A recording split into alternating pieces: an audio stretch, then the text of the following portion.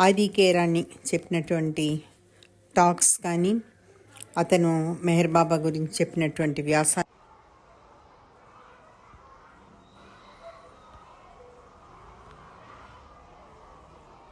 అందులోంచి చిన్న పార్ట్ మనం చదువుకున్నాం. బాబాని అర్థం చేసుకోవడం ఎంత సులభమో అంత కష్టం కూడా. ఆయన్ని అర్థం చేసుకోవడం ఎంత ఈజీనో అంత కష్టం. It is as easy to understand Meher Baba as it is difficult to understand him. ఆయన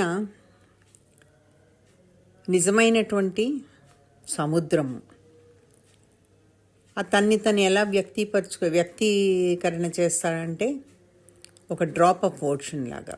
అంటే అతను సముద్రము, తర్వాత వ్యక్తీకరణ ఒక చిన్న చుక్క డ్రాప్లో కూడా అది ఉంటుంది. మనకి బాబా ఒక మంచి అవకాశం ఇచ్చారు. ఏం అవకాశము? ఆయన గురించి తెలుసుకోవడానికి, ఆయన్ని ప్రేమించడానికి. ఏ రకంగా?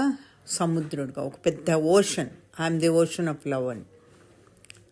అలాగే మన హృదయాల్లో ఉన్న బాబాని మనం ప్రేమించడానికి కూడా ఆయన ఒక అవకాశం ఇచ్చారు. ఆయన పరిపూర్ణుడు, పరిపూర్ణ అవతారము, పరిపూర్ణమైనటువంటి హ్యూమన్ బీయింగ్, అంటే మనిషి.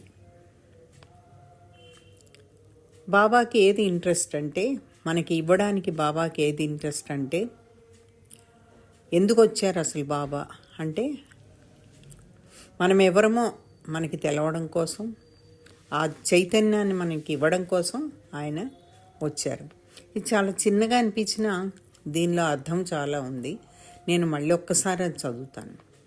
It is as easy to understand Meher Baba as it is difficult to understand him. అంటే బాబాని అర్థం చేసుకోవడం ఎంత సులభమో అంత కష్టం కూడా. He is the ocean of truth.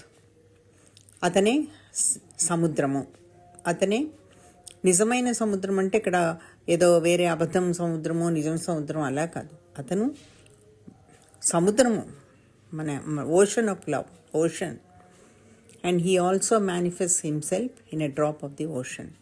అది అందులోని ఒక చుక్కలో కూడా అతను మేనిఫెస్ట్ అవుతాడు, ప్రకటీకృతం అవుతాడు. మనకి ఒక మంచి ఆపర్చునిటీ బాబా ఇచ్చారు. అంటే ఒక అవకాశం ఇచ్చారు. దేనికి అవకాశం ఇచ్చారు? ఆయన గురించి తెలుసుకోవడానికి, ఆయన్ని ప్రేమించడానికి.